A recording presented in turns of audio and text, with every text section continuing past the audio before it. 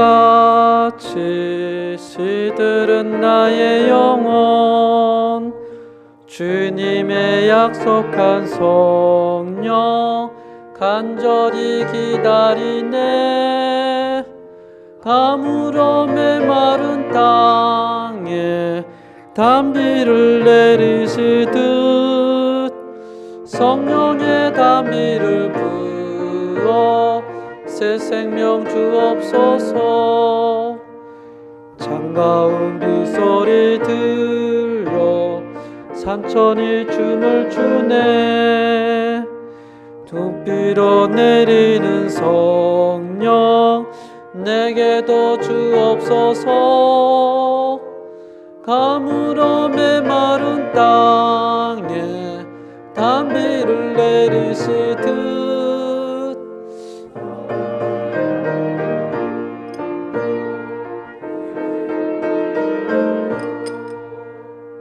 들 따라 우러를 내려 조몽이 무성하니 갈급한 내 심령 위에 성령을 부으소서.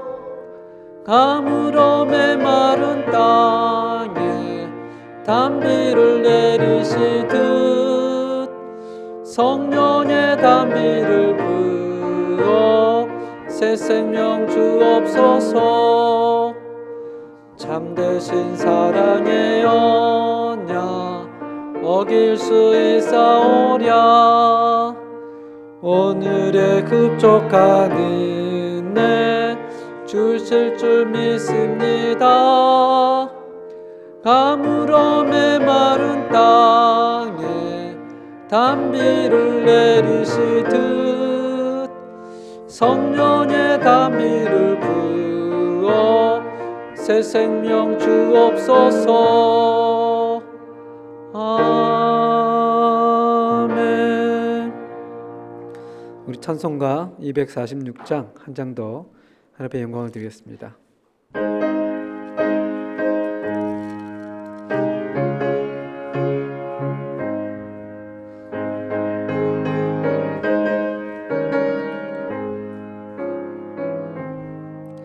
나 가나안 땅 귀한 성에 들어가려고 내 무거운 짐 벗어버렸네.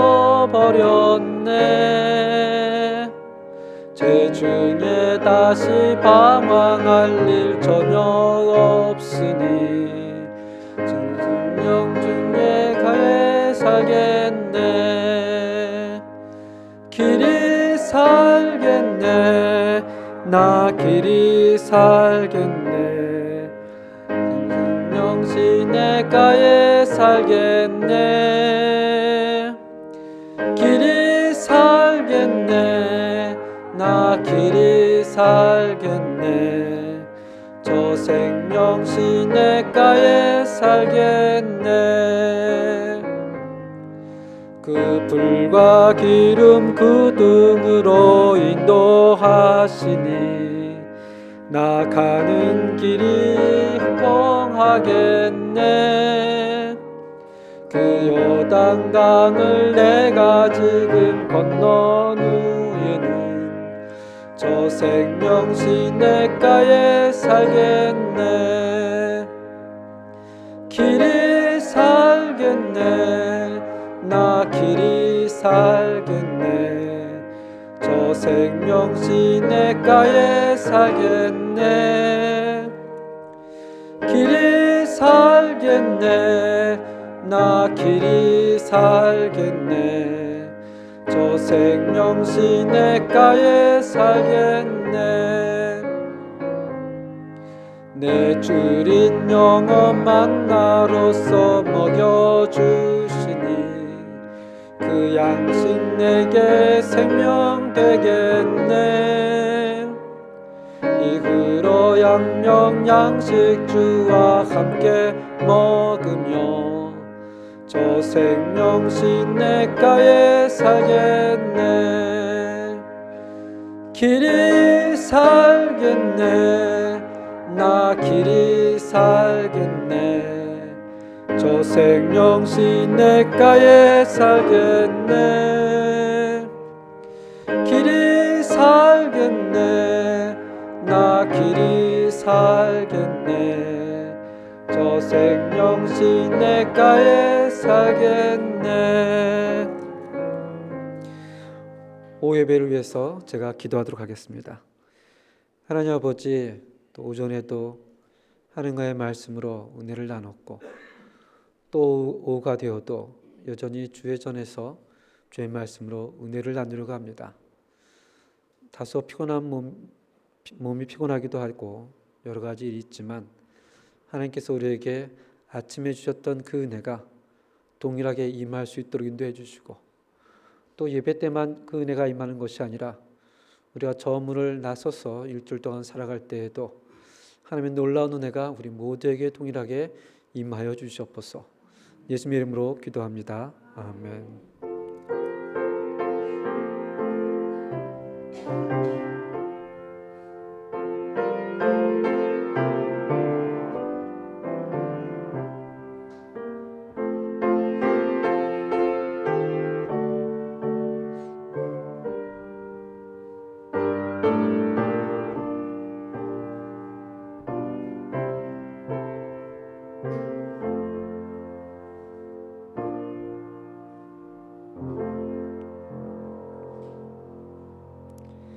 우리 누가복음 5장 1절에서 11절까지 함께 보도록 하겠습니다. 누가복음 5장 1절에서 11절까지입니다. 신약성경 95페이지가 되겠습니다. 누가복음 5장 1절에서 11절. 우리 한 절씩 교독하겠습니다. 무리가 몰려와서 하나님의 말씀을 들을새 예수는 게네사렛 호숫가에 서서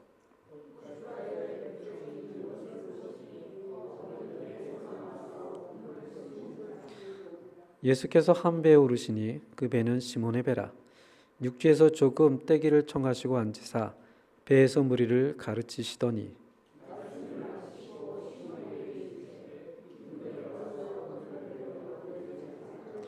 시몬이 대답하여 이르되 선생님 우리들이 밤이 새도록 수고하였으되 잡은 것이 없지만은 말씀에 의지하여 내가 그물을 내리리이다 하고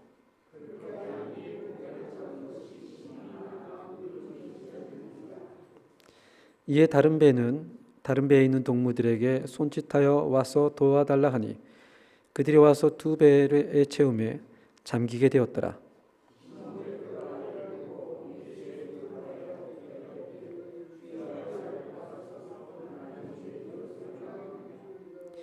이는 자기 및 자기와 함께 있는 모든 사람이 고기 잡힌 것으로 말미암아 놀라고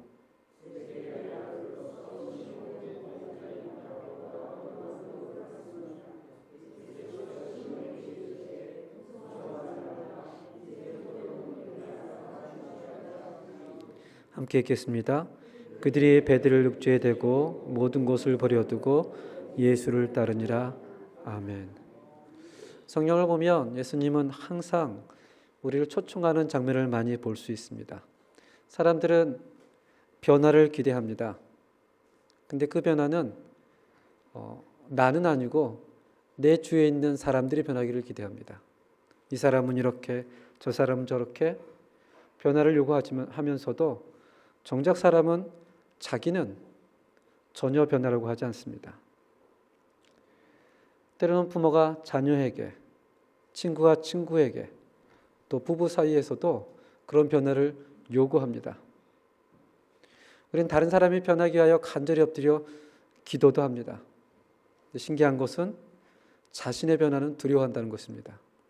오늘 본문을 보시면 우리가 너무나 잘 아는 한 인물이 나타납니다. 베드로입니다. 아직 베드로가 예수님의 부르심을 받기 전 평범한 업으로 살았던 그 상황을 묘사하고 있습니다.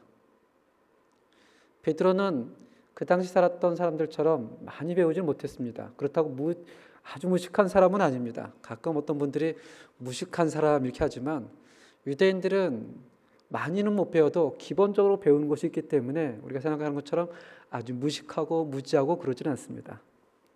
그가 가진 것은 배와 그물, 또 갈릴리 바다에서 고기 잡는 기술뿐이었습니다. 그의 삶은 굉장히 단순합니다. 아침에 눈을 뜨면 그물을 가지고 배에 가서 배를 타고 바다를 나가는 것이었습니다. 고기를 많이 잡는 날은 기분이 너무 좋죠. 날아가는 것 같습니다. 그럼 허탕치는 날은 갑자기 몰려오는 낙심과 염려로 무거운 마음을 가지고 집으로 돌아갑니다. 오늘 하루는 어떻게 식구들을 먹여 살릴 수 있을까? 그것이 그 당시 주님을 만나기 전 베드로의 삶이었습니다. 그런데 베드로의 삶을 이렇게 보면 우리 이민자의 삶도 비슷하다는 생각이 듭니다. 얼마나 단순한 줄 몰라요. 아침에 눈을 뜨면 아침 예배 오시는 분들은 성경책을 가지고 교회에 나옵니다. 예배를 마치면 충분하게 기도할 수 있는 분들은 못 됩니다. 왜냐하면 다들 가게 가셔야 되거든요. 운이 안 좋으면 한 40분도 걸리고 빨리 가면 30분도 걸리고, 그러니까 기도할 때 마음이 막히지 말아야 되는데 교통처짐을 생각하면서 기도하는 시간도 오래 갖지 못하고 차를 타고 가게를 갑니다. 그렇게 일찍 도착해도 손님이 올까 기대하는데 잘 안 옵니다. 늦을까 봐 빨리 가서 가게문을 열었더니 띄엄띄엄 사람이 옵니다. 그러면 어떡하지라는 생각이 들죠. 아마 여기 가게 하신 분들도 집에 달력 있잖아요. 탁상 달력에 보면 지금은 이제 핸드폰이 다 있지만 예전에는 세금 날짜 쓰지 않습니까? 전기세는 몇 월, 가스세는 몇 월, 종업원은 언제, 월세는 언제. 이걸 기록하다 보면 하루도 돈이 안 나가는 날이 없습니다. 그러다 보니 가게를 가서 열었는데 사람이 안 오면 마음이 참 찹찹하죠. 그러다가 어떻게 생각지 않은 사람이 큰 손님이 와서 사가면 그날은 또 날이 떠나갈 듯이 기분이 너무나 좋습니다. 하루는 너무 좋았다가 하루는 낙심이 됐다가 염려가 됐다가 무거움을 안고 오고 이 세금 또 어떻게 하지? 라는 생각을 하루하루 보냅니다. 아르헨티나도 그렇지만 칠레도 페리아도가 진짜 많더라고요. 특히 저번 주는 이틀이. 이게 종업원들은 페리아도가 되면 너무 좋겠지만 가게 하신 분들은 페리아도가 되면 이마에 주름살에 더 갑니다. 돈은 똑같이 나가야 되죠. 월급도 나가야 되죠. 참 별로 마음이 기쁘지 않습니다. 집, 가게 반복되는 삶 가운데 우리 삶이 전혀 나아지지 않는 그런 고민에 이제 빠지게 됩니다. 오늘 본문에 기록된 베드로도 그런 고민을 안고 살아갔습니다. 오늘 본문에 나오는 베드로는 기분 좋은 날이 아니었습니다. 밤새도록 나가서 그물을 던졌지만 한 마리도 잡지 못합니다. 그 마음이 어땠을까요? 우리 가게를 나가는데 한 명도 손님이 안 온다고 생각해 보세요. 그 마음이 어떻겠어요? 우리 5절 한번 읽어보겠습니다. 5절 시작. 시몬이 대답하여 이르되 선생님 우리들이 밤이 새도록 수고하였으되 잡은 것이 없지만은 말씀에 의지하여 내가 그물을 내리이다 하고, 지금 시몬 베드로의 상황을 보니까 밤이 새도록 일을 하였습니다. 그런데 물고기를 잡지 못한 거예요. 허탕을 친 겁니다. 수고는 했지만 베드로의 배는 텅 비어 있습니다. 때론 이 베드로의 삶이 우리의 삶과 비슷하다는 생각이 듭니다. 밤이 맞도록 수고를 하고 헌신을 하고 살아갔는데 막상 현실에서 잡히는 것은 별로 없는 게 느껴지죠. 물론 어떤 분들은 이민 온 지 때가 잘 맞아서 돈을 번 분도 계시겠지만 이민 20년이 되고 30년이 되고 나는 정말 열심히 살았다고 하는데 가정을 위해서 자녀들을 위해서 헌신하고 했는데 점점 자녀들은 우리에게 관심을 갖지 않고 자기 삶 사느라고 바쁘고 내가 열심히 산 삶이 인정받지 못한 것 같고 마음이 공허하고 앞으로 살아갈 날을 생각하면 답답하고 신앙생활도 그런 생각이 듭니다. 나는 열심히 누구보다도 예배를 드리고 봉사했다고 생각했는데 아무도 나의 헌신을 알아주는 것 같지 않아요. 공허한 마음입니다. 밤새 물고기를 잡아도 아무것도 없는 그 상황. 그때 주님께서 베드로에게 나타나십니다. 그 당시 그 갈릴리 바다에는 배가 두 척이 있었습니다. 우리 2절 한번 보겠습니다. 2절. 시작. 호숫가에 두 배척이 있는 것을 보시니 어부들은 배에서 나와서 그물을 싣는지라. 밤새 그물을 던지고 했지만 아무것도 얻지 못하고 실망감과 낙심감을 가지고 무엇을 하고 있어요? 그물을 싣죠. 어쩔 수 없이 집에 돌아가야 됩니다. 이제 오늘은 끝났고 내일에 대한 희망을 걸어봅니다. 그런 가운데 그 두 배 가운데 예수님이 배를 타셨는데 하필이면 누구의 배예요? 2절에 보니까 누구의 배를 타셨다 그래요?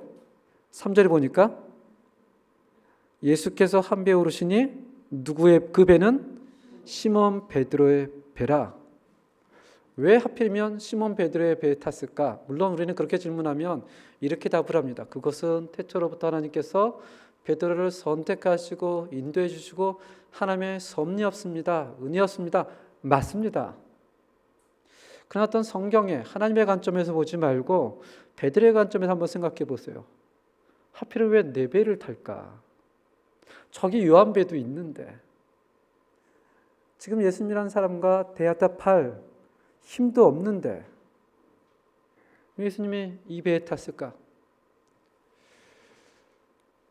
또 이렇게 한번 생각을 해봅니다. 만약에 베드로가, 만약이라는 없지만 만약에 베드로가 밤새 그물을 던졌더니 물고기가 많이 잡혔다고 한번 생각해 보세요. 배에 가득 찼습니다. 당시는 냉장고가 없었기 때문에 물고기들을 잡으면 빨리빨리 손질해서 시장에 넘겨야 됐습니다. 아마 정신이 없었을 거예요. 예수님이 오는지도 있는지도 모를 것입니다. 작년 2월 달에 저희 가족하고 2박 3일간 저쪽 바닷가로 한번 여행을 갔습니다. 아침에 바닷가로 갔더니 배가 이렇게 고기를 많이 잡아서 들어오더라고요. 근데 그 배 주위로 사람들이 막 몰려듭니다. 그물을 꺼내면서 그 어부는 물고기를 크기별로 막 나누느라고 정신이 없어요. 그러면서 그 그물에 잡힌 개들이 있더라고요. 개들을 잡아서 파는 게 아니고요. 개들을 잡아서 옆에 이렇게 간판에 놓으면 동네 사람들이 볼살을 가지고요. 그 개들을 다 주워갑니다. 알고 보니까 그냥 공짜로 주는 거래요. 원래 진리가 그렇습니까? 그런데도 그 어부는 굉장히 얼굴이 기쁩니다. 왜 기뻐요? 물고기를 많이 잡았거든요. 이 사람은 정신이 없어요. 물고기를 잡아서 크기별로 분류하느라고 이 개는 그냥 분류해서 그냥 사람들이 가져가도 아무런 상관하지 않습니다. 그때 제가 서 있다가 가서 물었습니다. 이 물고기는 뭐냐고. 대답을 안 해줘요. 너무 바빠서 저한테 대꾸도 하지 않습니다. 그래서 그냥 나도 저렇게 가져갈까라고 생각만 했습니다. 만약에 베드로가 밤새 그물을 던져서 물고기를 많이 잡았다면 예수님이 다가와서 자기 배에 들어올 때 정신이 없었을 거예요. 아니면 이렇게 얘기할 수 있습니다. 예수님 지금 제가 굉장히 바쁩니다. 이거를 빨리 정리해서 팔아야 되기 때문에 다음에 오시든지 지금 제가 대꾸할 힘도 없습니다. 근데 지금 베드로는 밤새 한 마리도 못 잡았습니다. 그 허탄한 마음, 실망한 마음, 피곤한 몸, 에라 모르겠다. 집에 가서 빨리 씻고 자야지. 그런데 그때 절망했대, 고민했대, 낙심의 시간에 누가 다가오셨어요? 예수님이 다가오셨다는 겁니다. 어떻게 보면 베드로가 밤새 물고기를 잡지 못한 게 은혜라는 거예요. 은혜. 내가 지금 낙심할 때, 절망할 때, 아무것도 갖지 못할 때 그때가 바로 주님이 가까이 오신다는 사실이라는 것입니다. 저 같으면 베드로라면 짜증냈을지도 모릅니다. 힘들어 죽고 피곤하고 빨리 금을 씻어서 집에서 자고 싶은데 예수님이 그냥 다가온 것이 아니고요. 성경을 자세히 보면 3절 한번 자세히 보세요. 다시 한번 읽겠습니다. 예수께서 한 배 오르시니 그 배는 시몬의 배라. 육지에서 조금 떼기를 청하시고 앉으사 배에서 무리를 가르치더니 예수님이 잠깐 들린 게 아니라 아예 죽추고 앉아서 사람들을 어떻게 해요? 가르친다는 거예요. 베드로 입장에서 미치고 환장하죠. 아니 나는 힘들어 죽겠는데 지금 절망해 죽겠는데 저 사람은 누군데 잠깐 온 것도 아니고 아예 배에 타서 죽추고 앉아서 사람들에게 말씀을 전하는 거예요. 참 예수님은 눈치도 없어요. 그럴 때는 그냥 모르고 지나가지. 그냥 놔두지. 왜 피곤한 인생을 더 피곤하게 합니까?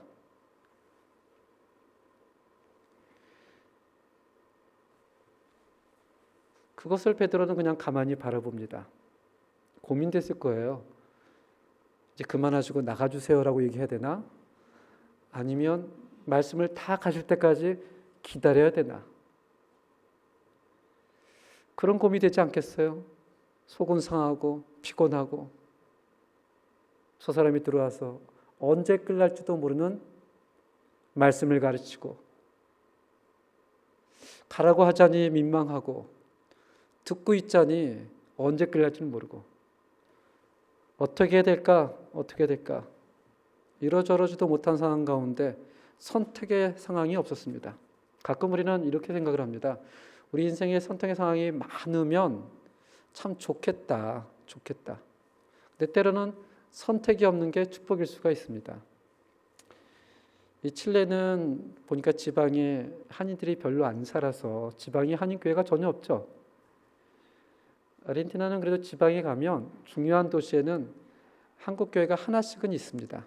예전엔 더 많았는데 요새 많이 줄었어요. 근데 그 교회를 가면 그래도 사람들이 나름 이렇게 꽉 차 있습니다. 그러면 거기 있는 집사님들이나 청년들이 그렇게 얘기를 해요.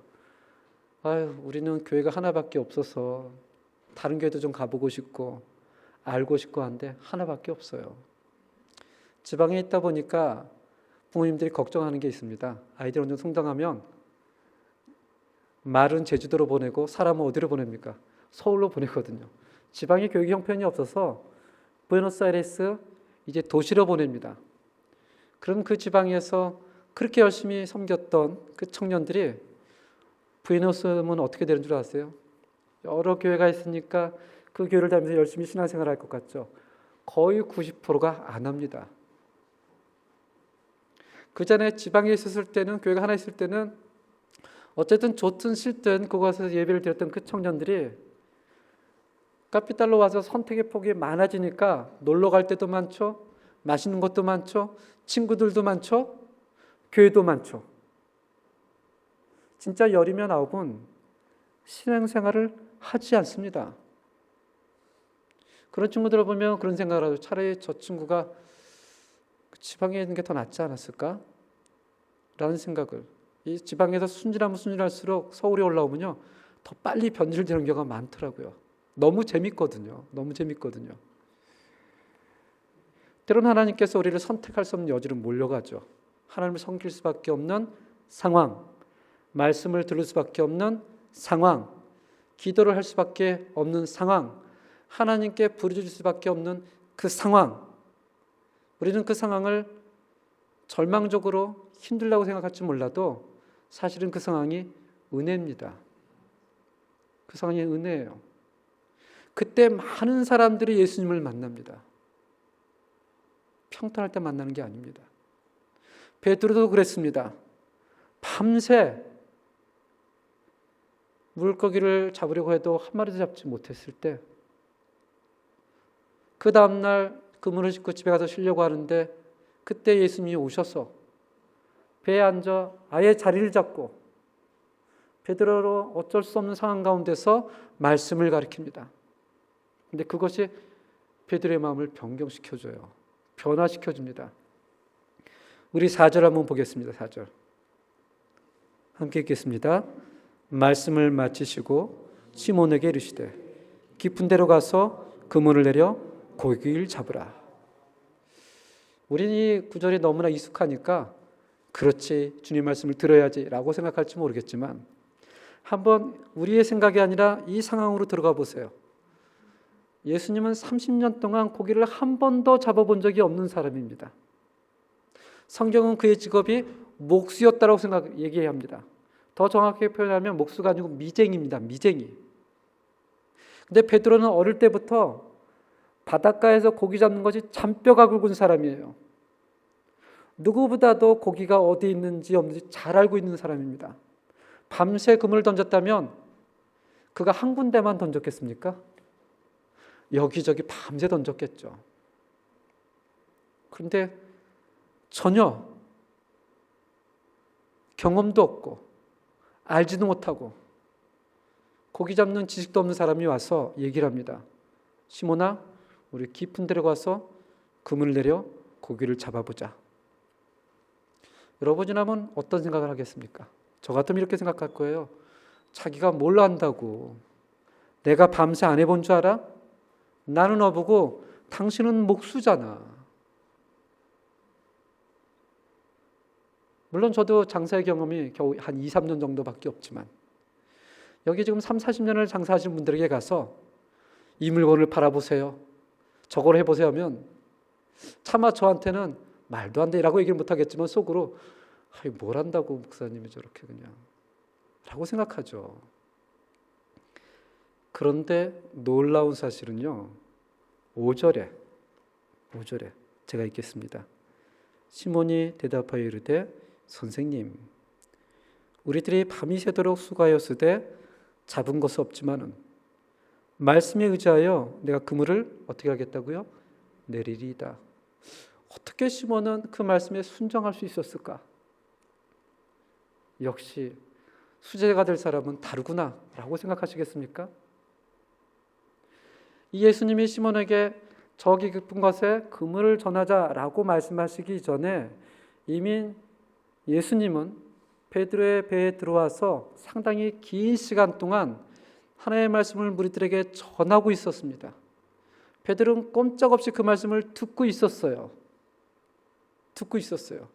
그 말씀이 다 끝나고 나서 베드로에게 이야기를 우리 저 깊은 데 가서 한번 그물을 던져보자. 그리고 베드로가 얘기를 합니다. 선생님, 밤이 새도록 다 해봤지만 그러나 제가 당신의 말씀을 들어보니, 당신이 무리에게 하는 말씀도 듣고 그 말씀을 들어보니 한번 그 말씀을 의지하여 내가 순종하겠습니다. 말씀을 듣는 것도 쉬운 일이 아니지만 말씀을 듣고 깊이 묵상하고 순종하는 것은 사실은 굉장히 어려운 일입니다. 굉장히 어려운 일이에요. 특별히 내가 더 잘한다고 생각할 때 베드로는 적어도 물고기 잡는 데는 전문가 아니겠습니까? 그런데도 그 말씀을 듣고 순종했다는 것은 자기의 경험과 다르고 생각이 다르고 하던데도 말씀을 의지하여 순종했다는 것은 그 변화의 시작이 되는 것입니다. 깊은 데로 그물을 던졌더니 성경은 우리에게 이렇게 얘기를 합니다. 6절입니다. 6절. 함께 읽겠습니다. 그러게 하니 고기를 잡은 것이 심히 많아 그물이 찢어지는지라. 우리는 이 말씀을 보면 역시 하나님은 대단하셔. 말씀에 순종하니 축복을 주시는 거야. 이 본문이 마치 이 9절이 6절이 오늘 본문의 하이라이트처럼 생각이 되어지고 우리도 그물이 찢어질 정도로 고기를 잡는 축복을 받고 싶은 간절한 소망이 생기기 시작을 합니다. 그런데 정작 베드로는요, 우리의 생각하고는 다릅니다. 우리의 생각은 그물이 찢어질 정도로 잡힌 물고기가 우리의 관점이요, 중점이요, 생각이요, 목적일지 몰라도 베드로는 그 물고기가 큰 관심이 없었어요.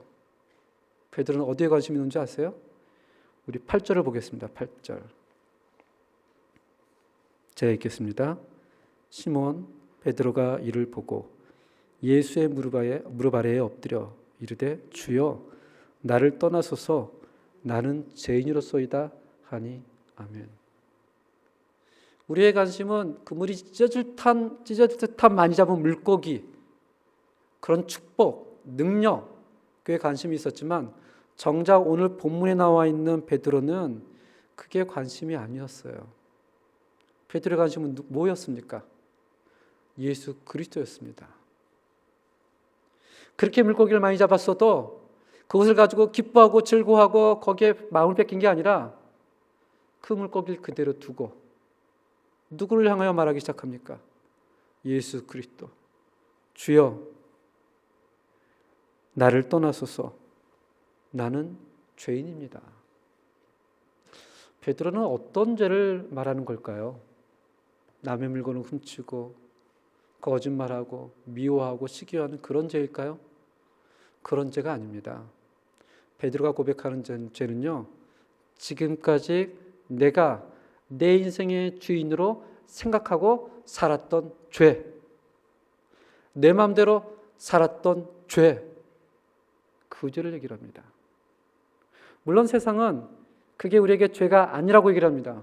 세상은 우리에게 얘기를 하죠. 네 인생은 네 거야. 네가 주체로 해서 내 인생을 개척해봐 라고 끊임없이 얘기를 합니다.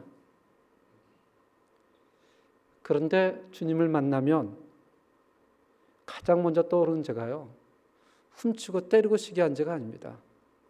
지금까지 내 마음대로 살았던 죄입니다. 내가 내 인생의 주인이 아니었구나. 저분이 내 인생의 주인이었구나. 거기에 관심이 가기 시작을 해요. 그래서 얘기를 하는 거죠. 주여 나를 떠나소서, 나는 죄인입니다. 적어도 여기 앉아 계시는 우리 모든 성도들에게는 이런 고백이 있는 줄 압니다.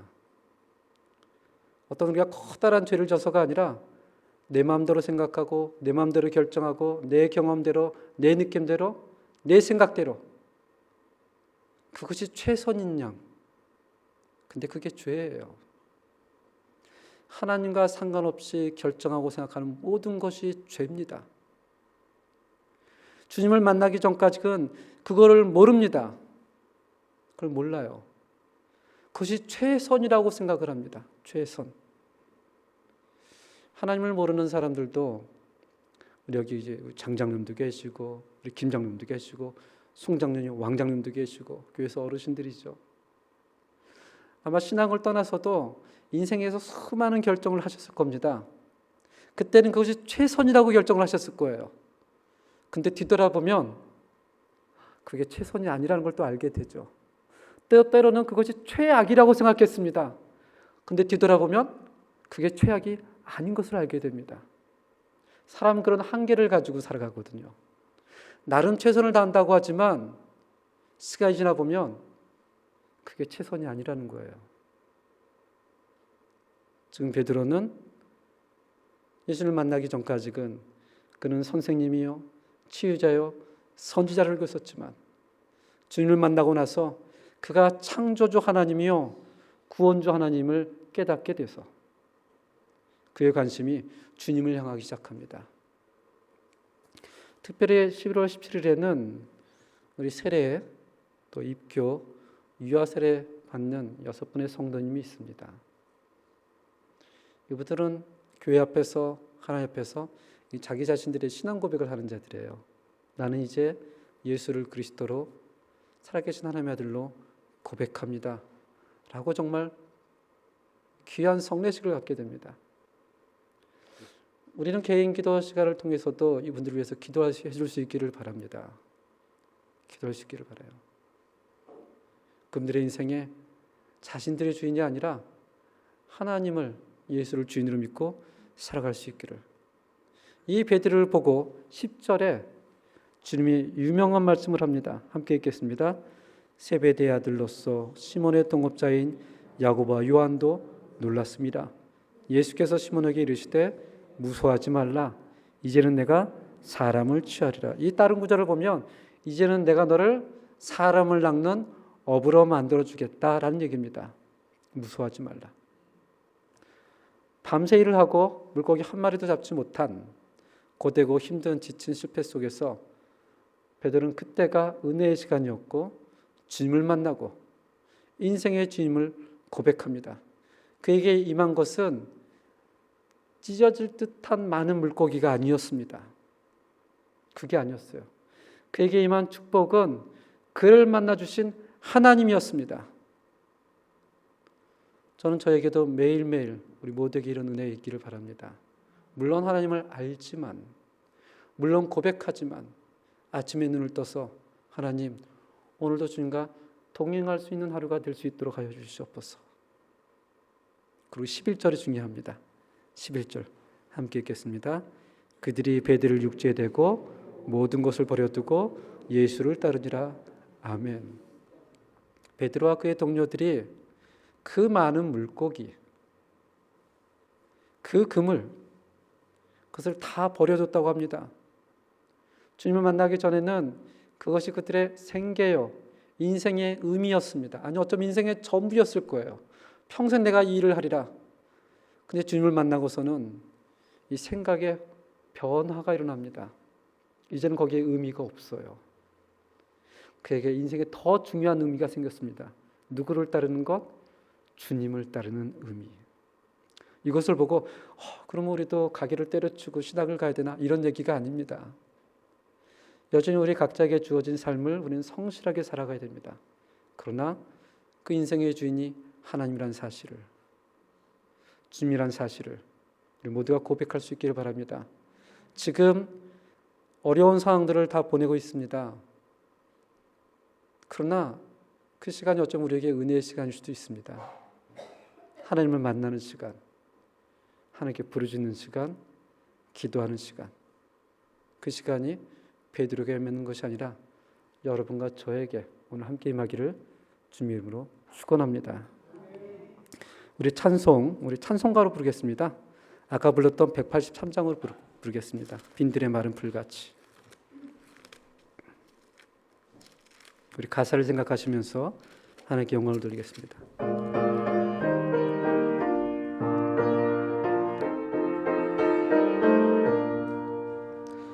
빈들의 마른 풀같이 시들은 나의 영혼, 주님의 약속한 성령 간절히 기다리네. 가물어 메마른 땅에 단비를 내리시듯 성령의 단비를 부어 새 생명 주옵소서. 반가운 빗소리 들려 산천이 춤을 추네. 봄비려 내리는 성령 내게도 주옵소서. 가물어 단비를 내리시듯 성령의 단비를 부어 새 생명 주옵소서. 절 따라 우러를 내려 조몽이 무성하니 갈급한 내 심령 위에 성령을 부으소서. 가물어 메마른 땅에 단비를 내리시듯 성령의 단비를 부어 새 생명 주옵소서. 참되신 사랑의 언약 어길 수 있사오랴. 오늘의 흡족한 은혜 주실 줄 믿습니다. 가물어 메마른 땅에 단비를 내리시듯 성령의 단비를 부어 새 생명 주옵소서. 아멘. 기도하겠습니다. 하나님 아버지, 정말 가장 어렵고 힘들고 전망의 때에, 그 시간이 가장 저주스럽다고 생각했던 그때에 주님께서 베드로를 만나 주셨습니다. 베드로는 몰랐지만 먼 훗날 그때를 기억하며 그때는 낙심의 때가 아니었고 절망의 때가 아니라 놀라운 축복의 때라고 고백을 합니다. 아버지 하나님, 우리의 인생이 참으로 여러 우여곡절이 많습니다. 우리의 기대와 다르게 흘러가기도 합니다. 그래서 낙심이 되고 절망이 됩니다. 그러나 그때 우리를 찾아오시는 예수님을 기억할 수 있도록 좀 인도하여 주시옵소서. 우리의 관심이 찢어질 듯한 수많은 물고기가 아니라 천지를 창조하시고 구원주이신 예수 그리스도가 되는 은혜가 있도록 인도하여 주시옵소서. 우리가 비록 베드로처럼 모든 것을 버려두고 떠날 수 있는 그런 형편은 되지 못하나, 그러나 하나님이 나의 인생의 주인이요 구원주임을 오늘 다시 고백할 수 있도록 도와주심에 감사를 드립니다. 이 고백을 오늘만 하는 것이 아니라 내일도 모레도 주중에 계속해서 하나님 할 수 있는 은혜가 있도록 주님 허락하여 주시옵소서. 지금은 우리 주 예수 그리스도의 은혜와 하나님의 놀라운 사랑과 성령님의 교통하심이 언제나 우리를 만나주시고 그 만남을 통해 우리를 변화시켜 주시고 주님을 따라가게 하는 그런 소망을 가지고 살아가는 모든 성도에게 지금부터 영원까지 함께할지어다. 아멘.